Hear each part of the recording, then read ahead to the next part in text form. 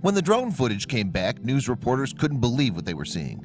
Rows of glass cases floating on the ocean surface, each one containing a sinister surprise. Live creatures filled these prisons, unable to do anything but wait their uncertain fate.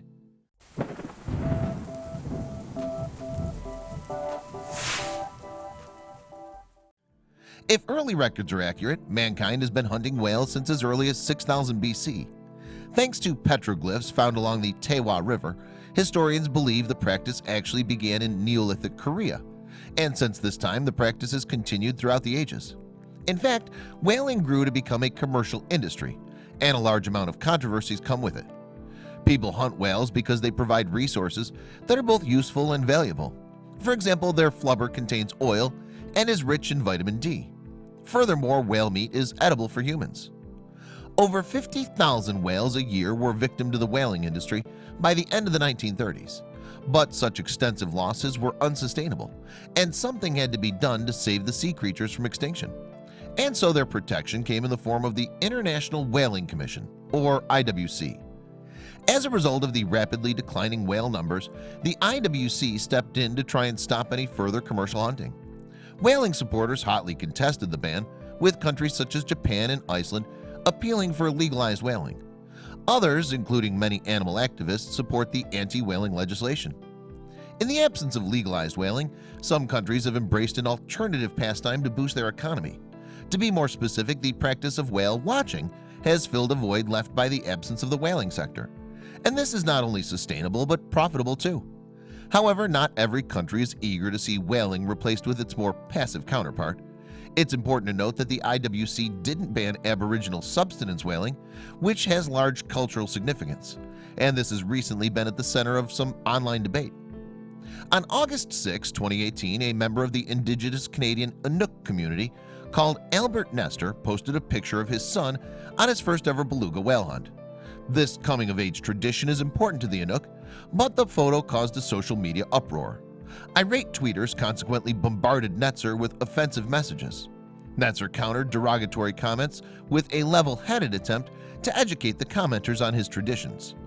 There are some pretty harsh things that were mentioned, he told Daily Mirror in August 10, 2018. I'm just happy my son didn't see them. The commenters do mean well, maybe for the animal, Netzer continued, but they just don't know our culture as well. However, the resulting exposure did change some people's views, at least with regards to the Inuk lifestyle. But that's not the only controversial whale story of late.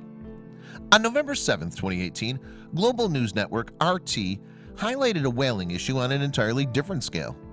A drone camera captured the shocking footage, which has since left animal lovers and activists appalled. The recording took place on Russia's Pacific coast in the Nakhodka port vicinity. The sinister sight shows a compound housing 10 glass tanks floating on the ocean surface. 9 of them are full of moving shapes. Investigators later sent out a helicopter to get a better look at the base, and further recordings confirmed their fears. Journalist and campaigner Masha Netrabenko discussed the discovery with the Daily Mirror on November 6, 2018.